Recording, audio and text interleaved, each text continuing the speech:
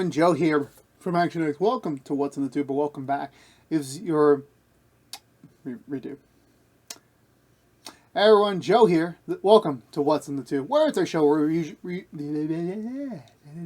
been a while. Hey everyone, Joe here from ActionX. Welcome to What's in the Tube, where it's our show where we review things in the world of television. Normally we are doing episode-by-episode reviews of currently on-air show.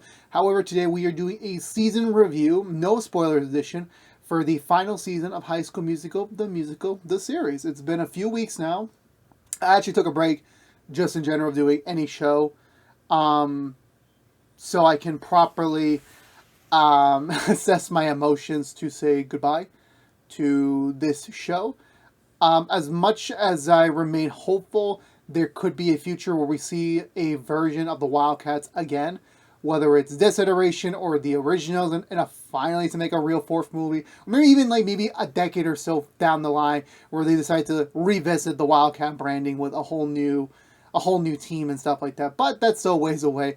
This season was about saying goodbye to the current Wildcats. Somehow, not only just, rejuvenating the franchise, which I believe, and this is just now we're getting into my one sentence review of the show, still not spoilers. I freaking love this season. I think this is the best of the four. Season 3 already did a lot of new stuff on the table and made it the most enjoyable one of the three.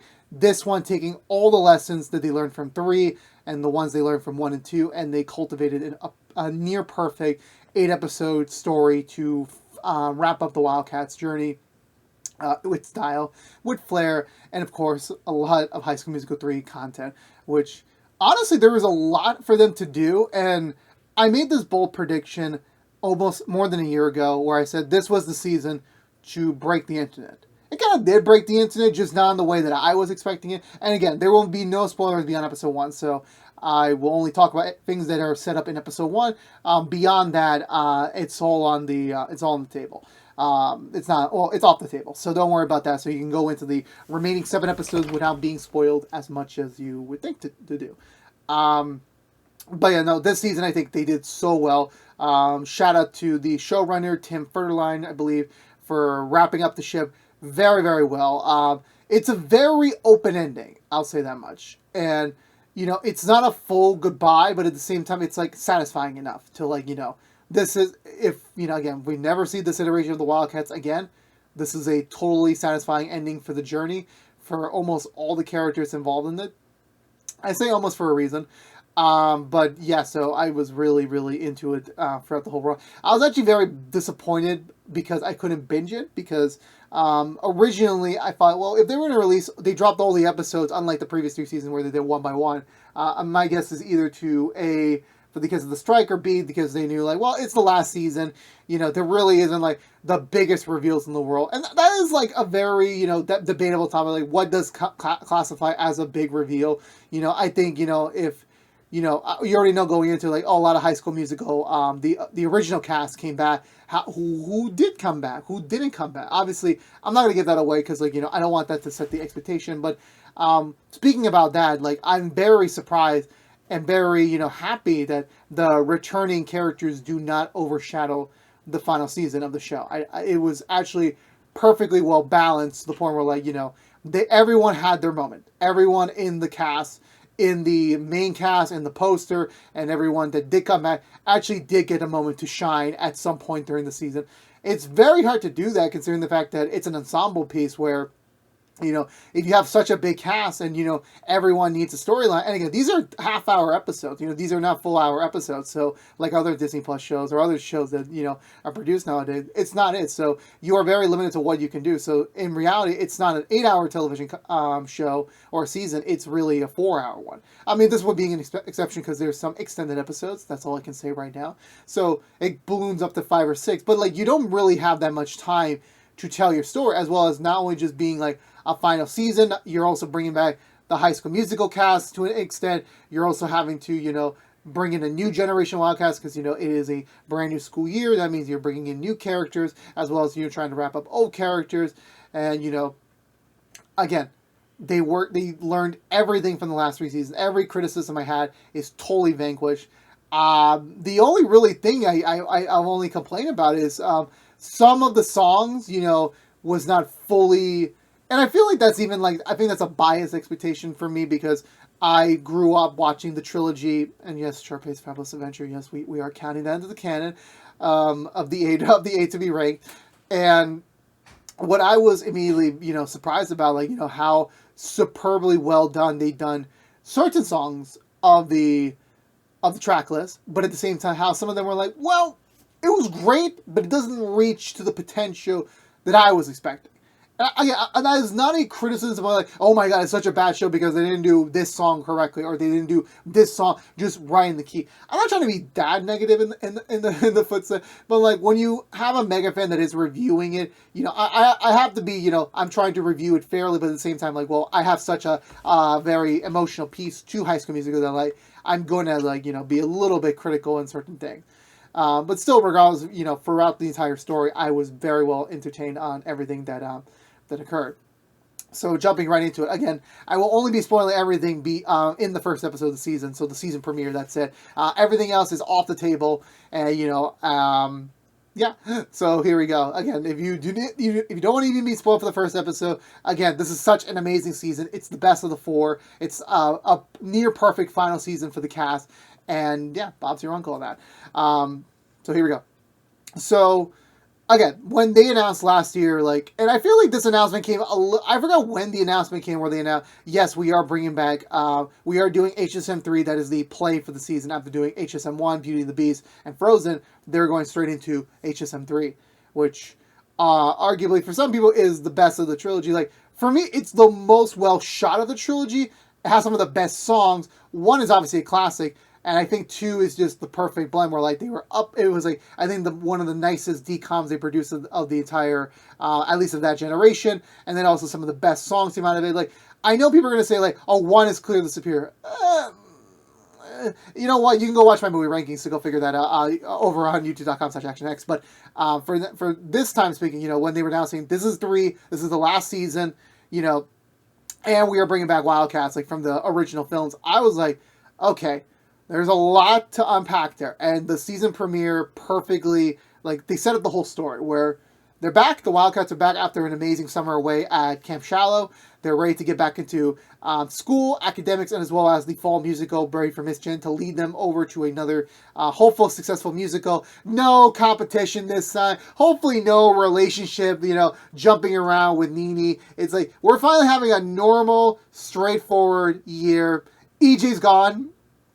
And, obviously I've been very critical of EJ in the last 3 seasons. So I think last season was like a really well done story for him. I won't get into that much here, but I will say that, like, again, like, it's a new school year. So you have people that left the cast last year now coming into this year with, like, obviously we have our old Wildcats we've seen since season 1. And obviously we have a good amount of new characters, breathing, new life into it. And I'm actually surprised, like, they did not overdo with the new cast.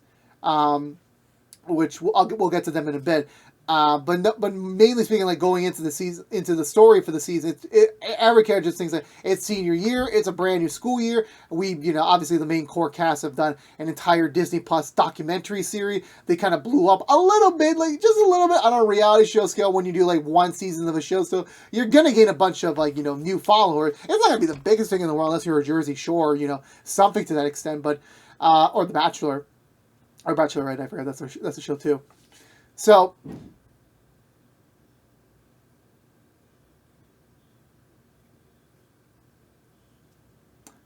yeah, so that was the, so they're going into a brand new year, brand new school year.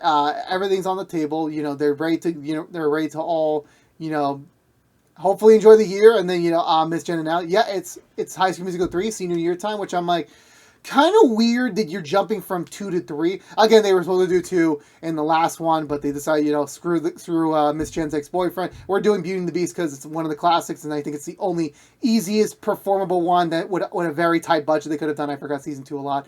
So yeah, so finally getting into it, and again, it fits the theme of like, this is the last time we will see these Wildcats together. Obviously for most of them, they just assume that, oh, we have the spring musical. So I'm like, yeah, I'm pretty sure at some hypothetical point they probably would have saved this for a season 5 if they were going to get one. But like with the status of Disney Plus right now, just with the sake of like a lot of their shows are just not performing, the financial cutbacks of the company because Disney Plus did not perform the way that they expected to do, there was no opportunity, there was no granted like guaranteed this was going to be a season 5.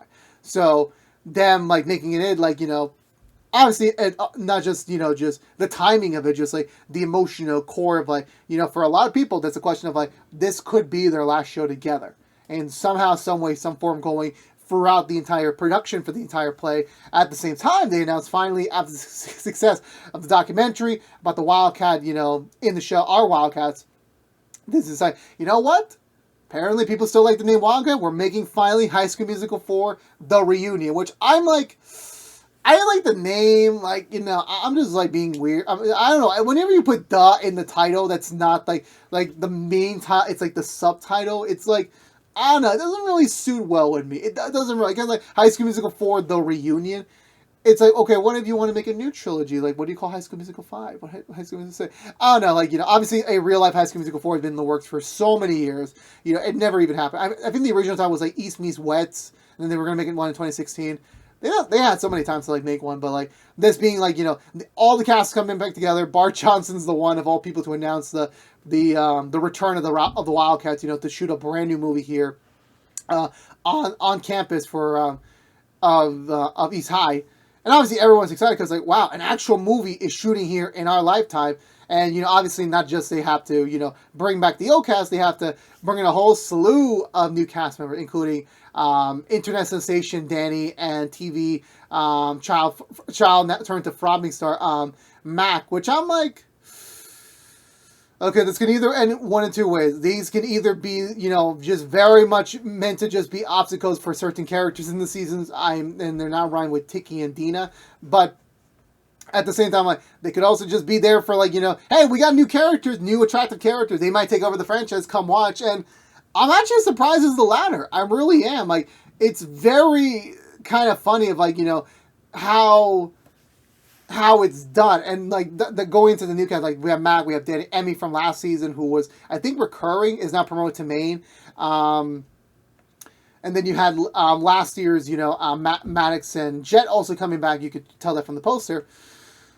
So you have already a whole new generation of like Wildcats finally embodying their name, and I'm actually surprised on how not that much they were granted. Like they had like either a minimalist to like a okayish approach plot. It was the priority was mainly on the core Wildcats that have been here since season 1, which was Ricky, Gina, Carlos, Ashlyn, and Courtney, who have grown so much since season 1. And, now them acknowledging, like, how long it's been. Because, like, for a lot of them, it's been 1 year since everything started. Since, Miss Jen came to East High. Since, the drama kids finally, were fully, like, reunited into one solid group. Because I don't think they ever talked about how things were before Miss Jen. Like, was there really, like, a drama club? Was there really, like, a set system that, like, was like this little family that, they all cultivated? That was always a big question for me. But actually, they do answer some of those questions. Not all of them, but like still a good amount of them. But for me, like I was actually surprised, and like because again, like you never really know how writers pace these stuff. So like not only do you have to like promote this as the final season, but at the same time, it's a new school year, so it also creates opportunity for like new characters to come in. And honestly, I don't really like that so much of like bringing in new characters into an existing like franchise, especially so late in the game. Like I understand that's how you keep it fresh, new characters to interact with the older characters and I kind of have new story beats with them. I understand how that works. But at the same time, especially when you're doing a final season, it's either going to be cut very short or it's going to be way overdone just because, like, oh, we have a new tool to play with. Let's overuse that tool. So I was very surprised at how, it was actually used correctly, if not a little underused, mind you. You don't get to see that much of Danny and Mac. You don't get to see much of them. And I won't talk about their characters since mostly they're just like, not gonna lie, it's just a generic actor being kind of over pompous and the other one being over diva, basically speaking. Which I'm like, okay, we're really playing into those stereotypes, which I'm like, I guess that's kind of like the easiest way to make a character unlikable and then turn into likable characters. Which, okay, that's where I'm willing to go with them. And Yeah, so, but, the thing is that they're going to film HSM4 throughout the fall semester, which is at the same time they should be rehearsing for the senior year. So I'm like, okay, it shouldn't really affect the cast so much. I was like, okay, we're going to do our thing. They're going to shoot their thing. We might be extras, like, cameos in the background, but that's about it. That really is about it. And then, as soon as, like, the next minute comes over and, like, the main actors of the movie, well, not all the main actors, they only got to bring back Corbin, Monique, Lucas, and I forgot who. Damn, oh my god. It's the other, like, so there was, like, in, like, I know there was 6, like, the core Wildcats and the posters and everything, but like technically there was 10 that included Kelsey, Chad. I forgot the other 2. Like, the other 2, well, if you know what I'm talking about, you know what I'm talking about. But like, they brought one of them back, which I'm like, of all the returning casts to bring back, I'm like, and I made this criticism in the first episode review, and I'm going to make it again. I understand that, you're basically setting the tone of like, well, let's get it out of the way now so people can know, don't expect much. Because I'm not going to spoil it like a full out spoiler, but what you get in the premiere is what you get. And, the song, like this being like the first HSM song, like in, I want to say, I think it's now been 15 years, almost 15 years. And that's like, that's one of my criticisms where, like, it's not I had no problem with the story. I think everything was paced correctly. It was done perfectly, in my opinion. It's just some of the songs were like, again, I understand you couldn't get certain people back, and you're working with what you get. But like, it's just such a weird lineup. It really is. Like, it does not, like, it's like a sore thumb and, like, okay, it's very clear as day, like, we don't have these people back. And then we have another actress who's like, oh yeah, they're not responding in the group chat. That's weird. But we're here. I'm like, but I mean, yes, but I'm like, it's like, I think of all of them, it's like, Chad and, I'm talking about like actual characters' name now, like Chad and Ryan were the only like real like established, because obviously it's been Troy, Gabrielle, and Sharpay. Those have been the primary 3. Then you had Ryan, then you had Chad, then you had Taylor. And, going in that order, like, it's kind of a little sad, but I'm like, yeah, when you know what's your draw, what's your main piece, like, all 6 of them were on the poster, but at the same time, it's really about Troy and Gabriella and Sharpay. It's really about it. And I'm not trying to be mean or anything. It's a, majority of people are, like, they talk about, like, the epic love story that was Troy and Gabriella. Like, they're just wondering, how did the couple fare up, like, 15 years after, like, movie 3 ended? Like, they graduated, they went out to different colleges, did it work out? And the answer is yes. And at the same time, they do a jab to the real-life couple where they say, oh, they're in couples therapy, which I'm like, yeah, we know, Zach and Vanessa didn't make it, which I'm like, okay, that's perfectly fair to use that, but I'm like, I don't think it was done in poor taste. I'm just like, you could have left it just ambiguous, because even when they gave, like, the plot synopsis for HSM4, it's, like, the very vaguest one, and the way we're seeing it is just, it's not what they're even pitching in the show, where, like, Sharpay is not even mentioned. The future of the drama department is very vague, because Miss Darvis in the universe is retiring. And at the same time, like, how are you making a movie? And I understand, like, HSM4 making it is not the priority. It's not. But at the same time, it's just, like, so, like, very confusing. It really is. I'm just being honest and direct. Like, it is confusing. It is a confusing element. I understand that was their, the reason to bring back these actors. I understand that. There could have been just, like, 1,000,001 different ways to do it. But I do understand at the end of the day, this was the direction they picked to, like, introduce the new characters, as well as at the same time bring back the old ones, and, have them, like, organically, weave throughout the ARM Wildcats story throughout the entire season. Is just, it was not the best setup. It was not. And, I feel like even just getting that opening dancing number, like, it's just like, okay, it just kind of sucks for me. Like, it's the first time you get somewhat of an ensemble piece from them after so many years. And it's not really 100% the best. Because, like, it's not even, like, it's just such the weirdest combination in the world. And, like, yeah, there have been, like, a good amount of song combinations in the last year. But, like, first of all, we never even got to see Chad and Taylor get their own song. like ever. They didn't get a song whatsoever. And then you have like the other two, which I'm like, Ryan and I forgot her name sadly. Like they don't even like I just don't know. I feel like I'm being too harsh on that one scene, especially throughout the entire thing. Like besides that one scene, like everything else they're into like is fun and energetic. Where especially when they talk to the Wildcats, but like it's not really like obviously like we know them as like a big deal, but like it's like I was actually thankful they didn't acknowledge him as like, hey, we know who you are. We've been watching you guys. Like, okay, thankfully it didn't go in that approach. It was just like, hey, we know for you from Frozen, the documentary.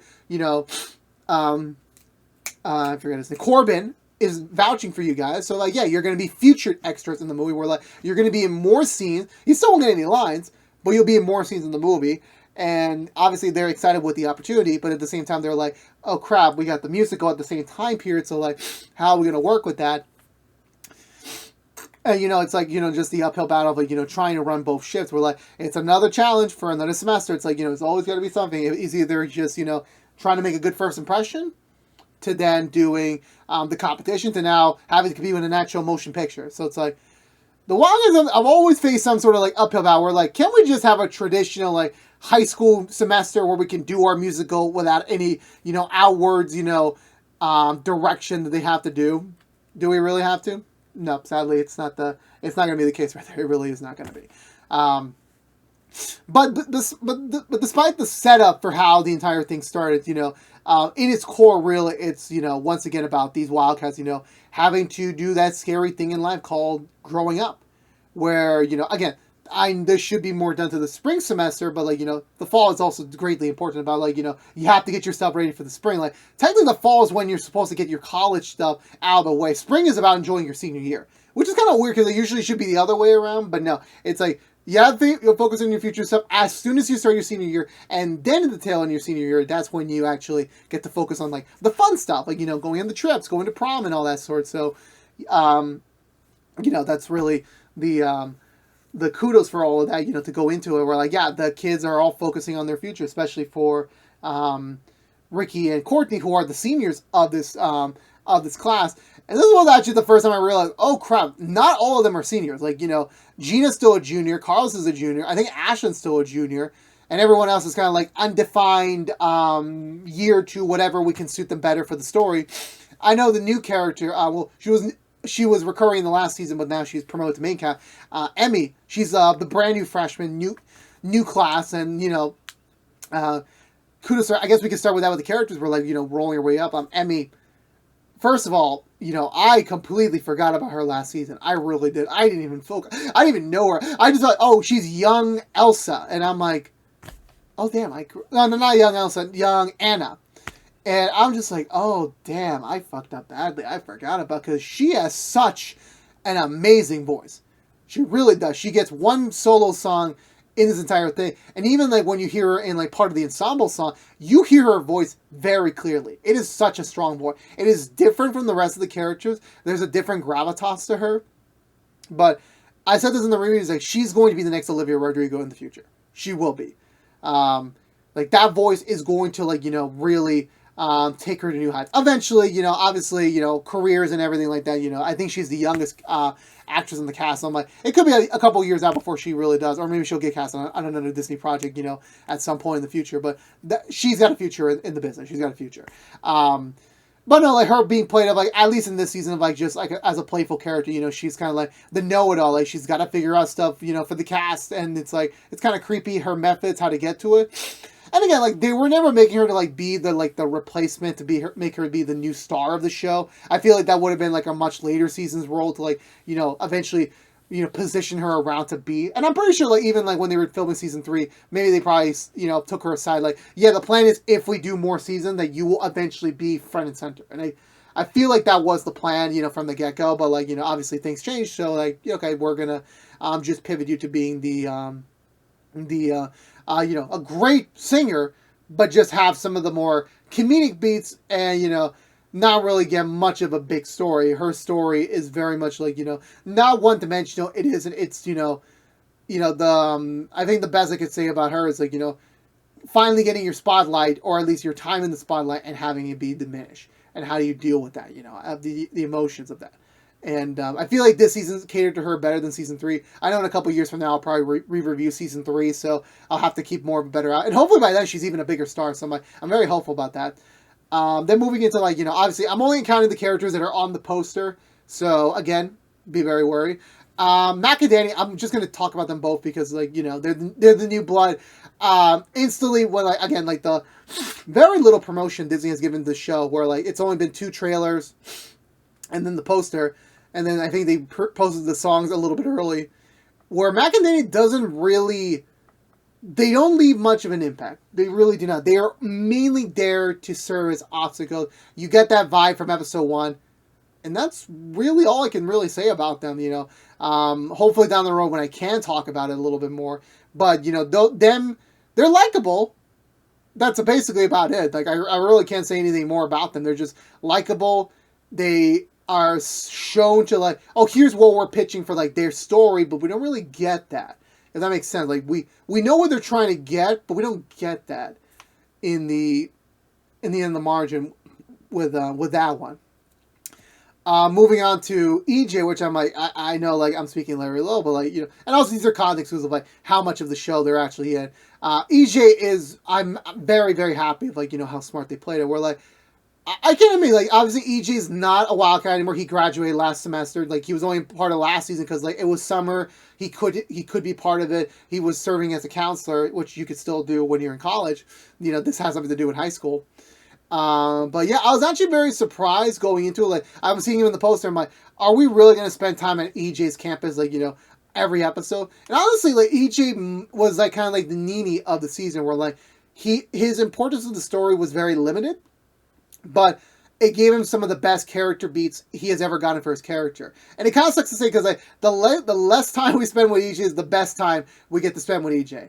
And again, it's not a criticism to the actor, it's not a criticism to the material, it's just, like, it's just how it is. We're like, I never really, like, what is the direction? Where are we going with this? And, this season kind of acknowledging all of that and, like, actually, like, giving the character, something new to go for, and, like, and having to, like, inspire Ricky and the others, like, no, this is how things are supposed to be when you grow up, and, but, never take little notice of, like, how important high school is for you, because, like, your high school family is someone that you will always care for the rest of your life, because that's really how you grow into your own independence for the real world. Like, you get the first sparks of your personality, of your character, when you eventually leave, and this is the first spark. That's usually, like, just, like, the peak happiness before, like, obviously the darkness of life starts, crashing down on you. So, yeah, EJ's involvement was, like, so perfectly well done this season. I feel like, yeah, this was finally the season where, like, I was very happy when EJ showed up. I was very happy about that. I can say the same with Mr. I can't pronounce it. It's the robotics teacher from the first 2 seasons. He got offered that program at the end of season 2, and I assume he left for good. Now he's back. Not really for a reason. Like, it's undeniable what the reason why he stayed around. But, like, it was, like, basically, like, it's the last season. Let's bring back as many of the OGs as we can, like, and, like, get it going. And, his inclusions, like, he also has, like, character growth. He has character change. And, it's acknowledged of, like, in the episode, like, how much he actually begins to actually care for the Wildcats, even though that's not his spiel. But, like, he still considers them, like, part of his team. And, like, he wants to be helpful and everything. And he's especially inspiring for Ricky and Courtney this season. Obviously him being a counselor of all, but also still getting one salary. Him helping them out with, like, their future, and, like, as much as the scary thing in future is, he is, like, I think the perfect person to handle future. We're like, yeah, I'm being very brash with you. The future is very, very unclear, but you need to have the most resources you can available to you, so, like, you can have a good landing zone of, like, when you eventually do launch yourself into that time period. So kudos to the writers for bringing him back and, like, actually making his return arc in the story make the most amount of sense. Then you have Miss Jen, which I'm like, again, Miss Jen, we didn't get a lot of her last season. We didn't, like, it was, I honestly thought they were going to make some weird, like, oh, Miss Jen applied for the summer camp, so that's why she's on the summer camp, to make more money. Like, no, she's back here full force, being, like, the mama bear for the family, and, her, like, going through yet another struggle with, like, she's trying to do the musical, which is a very important big deal for her. But at the same time, she has to also contend with like a big movie happening around her that's taking up most of her Wildcats' attention. And that kind of leaves her with scraps, and like it kind of like moves into the favor. Like, am I really needed here? Is this still my place? A full year into this decision, is this still the right decision? And we actually get to play around with that a little bit. Usually we don't. Like, usually she's supporting the other characters, like getting a minor story. But no, she actually has a sizable story arc in this season in a very subtle way. So I actually, give again like more props to the writers for like actually giving her so much to work with, and like by the end of it, it's like it makes you respect her even more so before it. Going to Jed, where Jed's return is also one of those things that maybe I was oblivious towards in season 3. But yeah, he does come back. He's not in the premiere, but he does come back a little bit later on. Obviously, you can't have a character on the poster and have them show up for like a minute or so. Like, it's not like they did that last year with Nini. Damn you, Olivia Rodrigo, for being super famous. But yeah, so his return was like, it was like very much like catering to like the element of like, yeah, we're just trying to get everyone back together that we can for the last season. I will say that like Jet's storyline this season is not as strong as last season. Obviously, when you have a new character's debut storyline, you're going to put more emphasis on that because like that's what the focus is on. But then at the same time, when you're eventually done with that, and then you move on to the next, it's kind of like Ralph from The Flash, where like season 4, it was all about Ralph. Ralph's importance of the plot. He's really there. Then you get to season 5, he's just kind of there. Like, he doesn't really contribute much. He has scenes. He's obviously just there for like, yeah, we need another fighting character. Here we go. So I'm like, that's kind of like the thing I only have to mention about that, Jet's role in the season is like, it's not the biggest, but it's not bad. It's not. It's just, the typical big season starter for a storyline, and then the next season's kind of like, you kind of demote yourself down a little bit. I want to try to remember, Carlos and Seb, wrapping it up from season 3, where like, Carlos was pictured as like, a cheater, and the assumption was like, oh great, Seb's gonna like really have a field day with it. They actually did something pretty differently with that one. They really did. And Carlos and Seb's story like goes back to from season 1. And as much as I always think like, are they actually gonna work out or not? Like, I don't really know. Like, it's a big question mark. Like, there's been some questionable decisions both parties made, and this season continues that, and it's honestly not the way that I expected. It's not. So I feel like with that being said, like, I still feel like their storyline, this season is still another strong one. Again, I completely forgot what happened in season 2. I really did. But like just the way the turmoil goes, like, and also Carlos establishing more of his own independence away from Seb, away from the Wildcat, like, getting to know more about Carlos and like trying to form like his own identity apart from everyone else was like, it was interesting to see, and also putting him out of his element. Like, normally he's like the back crew cast. Now he's actually being more into the front lines, which I'm like, again, that's pretty cool. I really, really do respect it. I think his role. Actually, we don't get into that yet. We're not getting into that. Not for spoiler purposes. Moving into Ashlyn and Maddox, where like they're tied together this season. Where again after season 3, they learn a lot about each other, especially with Ashley. And Ashlyn, and she's like, oh my god, I have feelings for this girl. And she wants to pursue them, but like obviously she's still taken with Big Red, who once again they decide, hey, Big Red is off away. Which I'm like, why? It was such the funnest part of the character. And I understand, like, if you don't have stories for them, like, you gotta like make those big cuts, which I really don't like that. I really don't, because like I miss them. Like, I miss the old banter from season 1 where like Big Red used to like not know what's going on, but it's like still being amusing, like a pet, like a dog. Like, he's so adorable. Like, you just want to pet him. You just want him to like keep having these moments, which I'm like, that's great. But like, it's another season 3 for him where like, his role is very minuscule, but when he does pop in, it's a very impactful one to another character story. Just being Ashlyn with her discovery about her feelings with Maddox and how does she pursue forward this. And I honestly thought it was a very sweet, very growing relationship for them, and you'll get to see more of that as you go. But it's just like, yeah, communication will go a long way, kids. Like, number one, always communicate what you're feeling to your partner, regardless of the story. It would make things a whole lot better. It really would. Like, no criticism there. Going into then Courtney, who again, like her story arc throughout the entire show has been like her growing out of her shell, her being like more into herself, you know, because since season one, it's always been like her and Nini, and like, you know, and then by the end of season one, it's like, okay, I know what Nini's feeling like. I'm gonna go explore this too for myself, and then you got to see that gradual increase.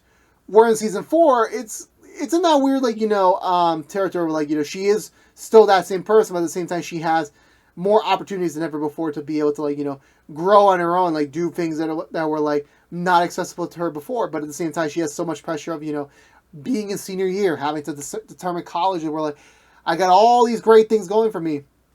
It's got to be the Ivy Leagues, right? Well, like, you can be the smartest person on the planet, and you may still not go to the Ivy League. Not because you won't get accepted to it, but like, it's not your place.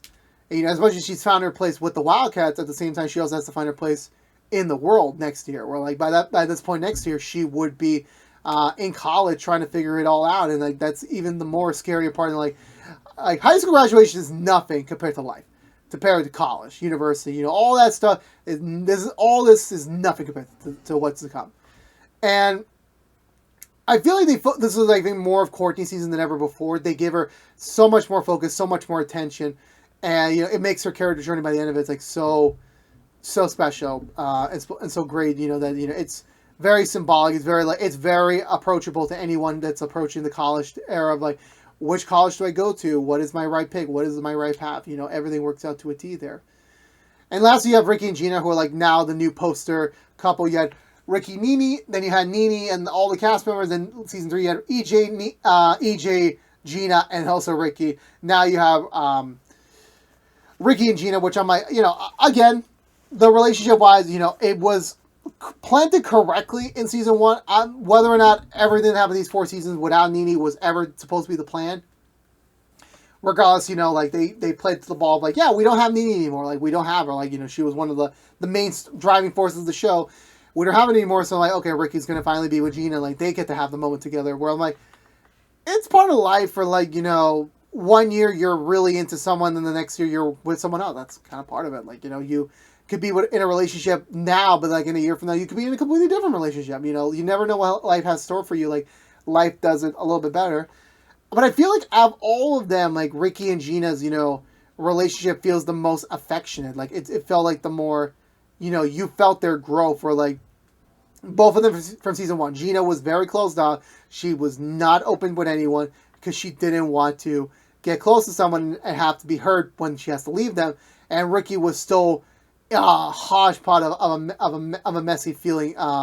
So we're like, his parents and Nini and his life, and like, you know, just like not having like a big support system. In this season, like kind of being the Troy Bolton of the cast, where like he's kind of got everything he wants finally, and once again it's kind of put to the challenge of like, can he really sustain all these? Can high school really last forever?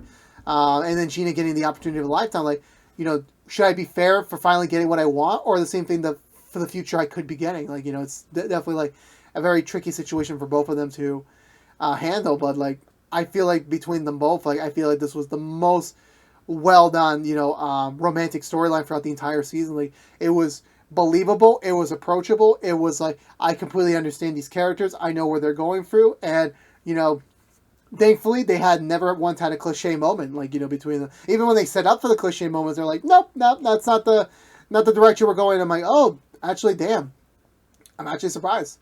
I really, really am. But yeah, so with all that being said, you know, with all the characters, again, they crafted such an amazing story. They really did, you know. I was actually pretty scared when I started the premiere. Like, are you really gonna get this in any episode, or are we gonna get more episodes? Like, no, it's gonna be 8. I'm like, okay, I'm gonna hold all reservations until that moment. But like, more, you know, majority of the songs they did was phenomenal.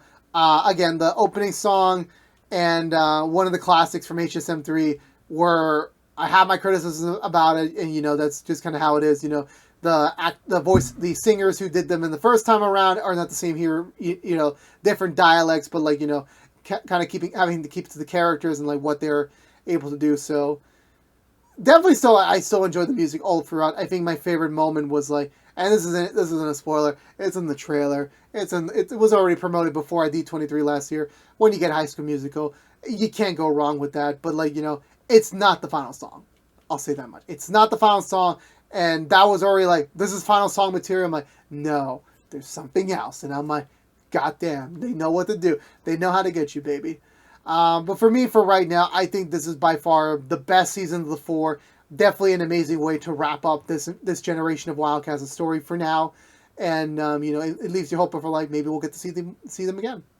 You never really know. Or maybe Disney will finally make a real High School Musical 4. Pay your actors money. Pay your writers, Disney. Do the right thing. Okay, I'm going too far. I'm going into, like, my agenda and, like, the larger world that I had. But for now, I would highly recommend High School Musical, the musical, the series, Season 4, for anyone who has yet to catch it out right now. Which is now all episodes are streaming on Disney Plus. All the episodes for the entire show is also on Disney Plus. So, yeah, go ahead and binge it. I really want to hear everyone's thoughts about it. But I believe that's going to do for me today, everyone. So, I don't know what has been What's Two from ActionX, reviewing the 4th season and the final season of High School Musical, the musical, the series. Let me know in the comments below what you think of this season of High School Musical, the musical, the series. Please, non-spoilers. Keep it PG down there. Keep it safe down there. Don't spoil anything. Do not. If you're unaware what else we do here on What's the Two, we would be doing Nancy Drew and Heels episode reviews each and every week after Bernosis on their respective platforms. But if you don't care about High School Musical, the musical, the series, sadly, this is the end of the road. Like, in terms of, like, the live new content, this is it. This is the last shebang. This is the final curtain call. Obviously, I said this before at the top, I will return in the future down the road to review the seasons all over again in a spoiler fashion, like I did with Season 1 before we started Season 4. So I will be back next year to do Season 2, and then so I will revisit Season 4 in 2026, I want to say. Yeah, so I'll see these characters again for another 3 years. It'll be an annual tradition. But again, thank you so much for watching. Again, please subscribe if you haven't yet, like, favorite, share if you want to. Ring the bell, follow us on social media. But for all you Wildcats out there, thank you so much for all your support throughout the last 4 years. It's going to be really a bummer never to have to review another episode again. But, like, all journeys come to an end. The story has to close on its final page. And I'm very happy that this season managed to close it up amazingly. So, for all you Wildcats out there, enjoy the rest of your life. Hopefully, we will get to see each other in some way, shape, or form in the future. But until again, Wildcats forever. Stay safe out there. Be good to each other. And as always, get your head in the game.